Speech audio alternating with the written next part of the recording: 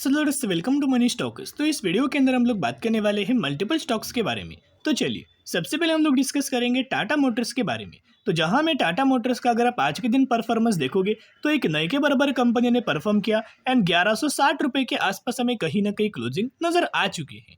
तो टाटा मोटर्स को लेके आप सभी को पता होगा कल के दिन एक बहुत बड़ा इवेंट हमें होने वाला है। कल के दिन है टाटा मोटर्स का Q1 के नंबर्स यानी कि Q1 का रिजल्ट हमें आने वाला है।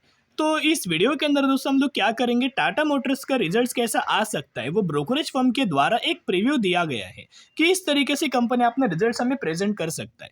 तो उस रिपोर्ट को दोस्तों कवर करेंगे। हर एक ब्रोकरेज फर्म का अलग अलग व्यू है, अलग अलग मानना है।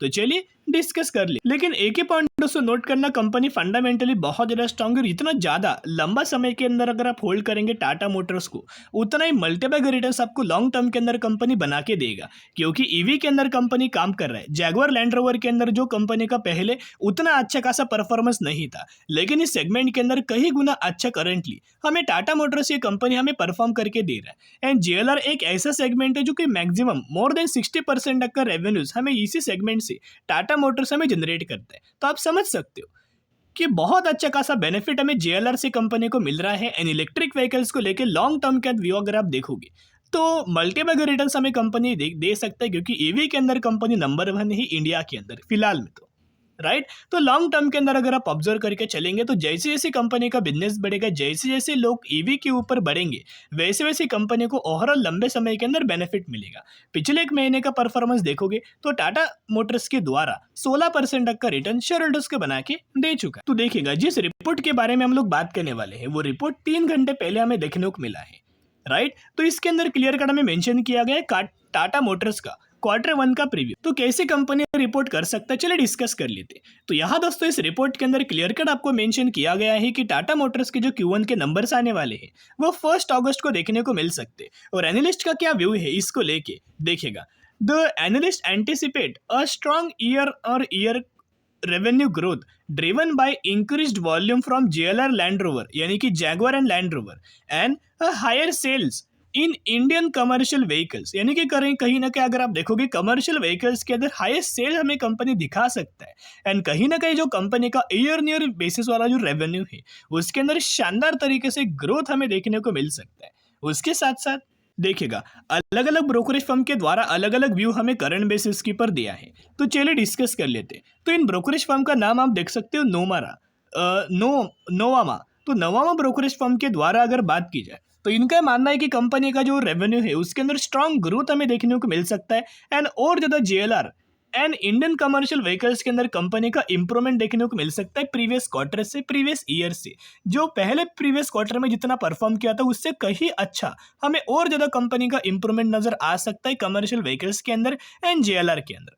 उस हिसाब से ये एक्सपेक्ट करके चल रही है कि कंपनी का जो रेवेन्यूज है उसके अंदर 5% तक की ईयर बेसिस की पर ग्रोथ आ सकती है, जहां कंपनी 1,07,000 करोड़ का अपना रेवेन्यू हमें जनरेट कर सकते हैं।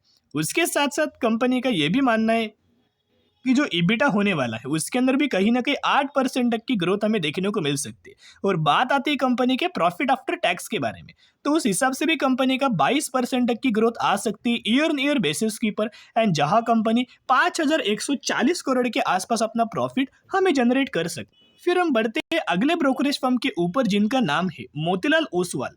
तो मोतीलाल ओसवाल ब्रोकरेज फर्म के द्वारा क्या बोला गया है, इनके द्वारा बोला गया है कि जो कमर्शियल व्हीकल्स है उसके वॉल्यूम 6% तक की ईयर बेसिस की पर ग्रोथ हो सकते, लेकिन जो इनका पैसेंजर व्हीकल्स के जो वॉल्यूम्स है उसके अंदर 1% तक का फॉल आ सकता है, ऐसा इनका मानना है।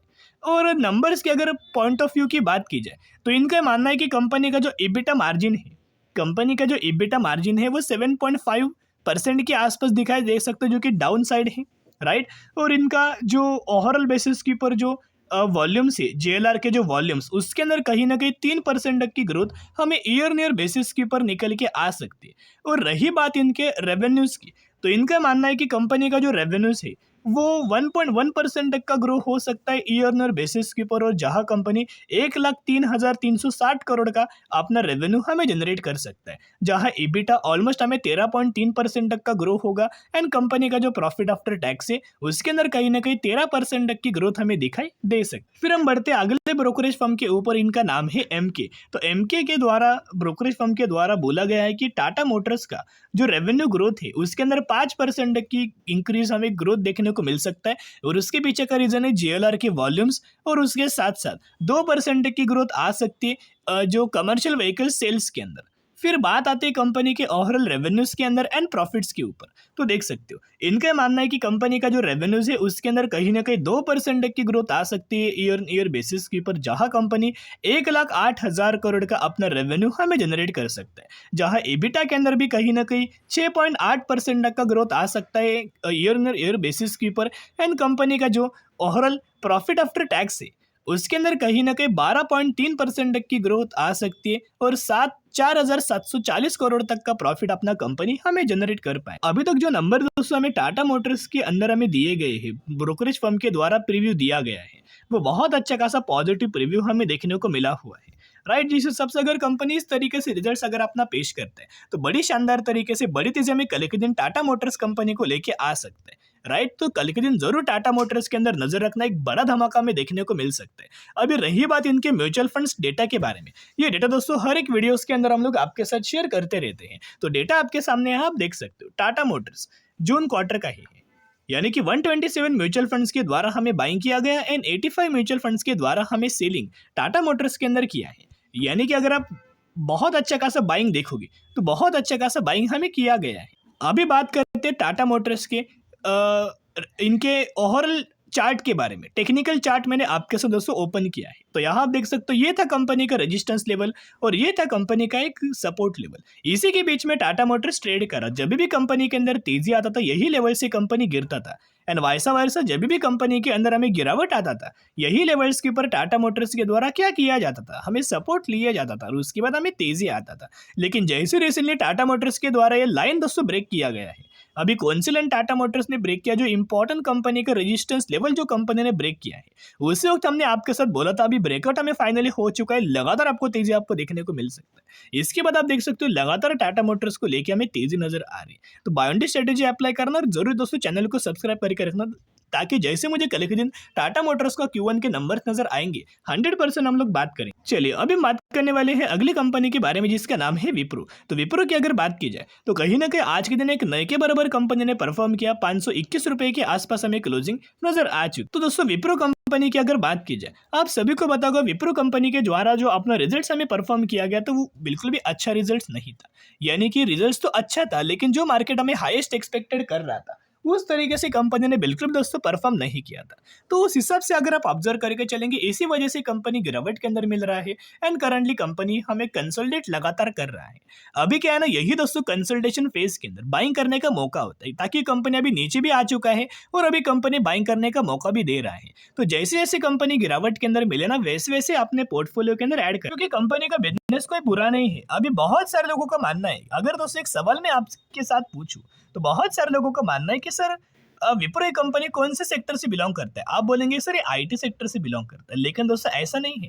ये आईटी सेक्टर से तो कंपनी बिलोंग तो करता है, maximum revenues company IT sector से जनरेट करता है, लेकिन ओवरऑल कंपनी एक मल्टीपल सेक्टर से बिलोंग कर रहा है, मल्टीपल सेगमेंट से कंपनी का बिजनेस है। जैसे ये कंपनी आयुर्वेदा के अंदर भी काम करता है, ये सोप रिलेटेड कंपनी काम करता है, इलेक्ट्रॉनिक इक्विपमेंट मैन्युफैक्चरिंग कंपनी करता है, एफएमसीजी सेक्टर से कंपनी बिलोंग करता है। राइट, बहुत सारे आप कंपनी के प्रोडक्ट्स देख सकते हैं। ये प्रोडक्ट दोस्तों कंपनी के हैं, विप्रो कंपनी के प्रोडक्ट्स हमें निकल के आए हैं, आप देख सकते हो इतने सारे प्रोडक्ट्स है। संतूर कंपनी का ब्रांड है जो कि विप्रो का ही दोस्तों ब्रांड है।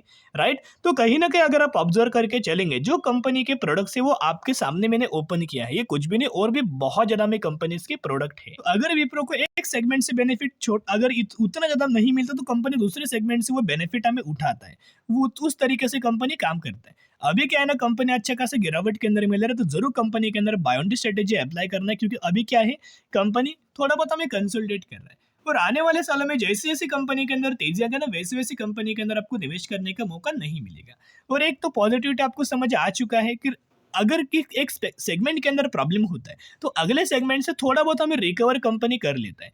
अभी बात आते हैं म्यूचुअल फंड्स डेटा के बारे में। तो म्यूचुअल फंड्स का डेटा आपके सामने है जून महीने का, जिसके अंदर आप देख सकते हो 121 म्यूचुअल फंड्स की खरीदारी एंड 48 म्यूचुअल फंड्स की बिकवाली।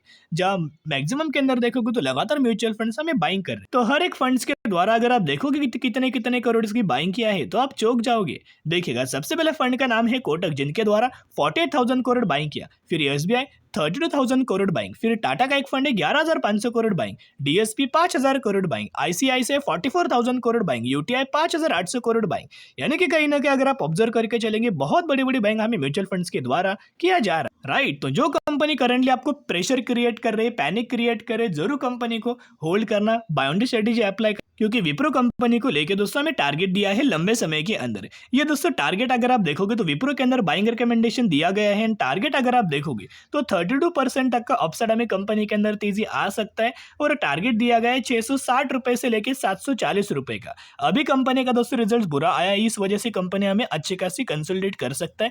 ये टारगेट जो दिया गया था, रिजल्ट आने से पहले दोस्तों ये टारगेट्स हमें दिया गया था।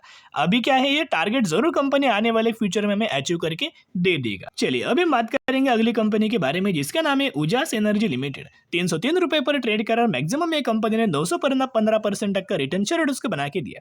रिसेंटली कंपनी ने एक बहुत बड़ा अनाउंसमेंट किया है, रेशियो है 1:4 बोनस का।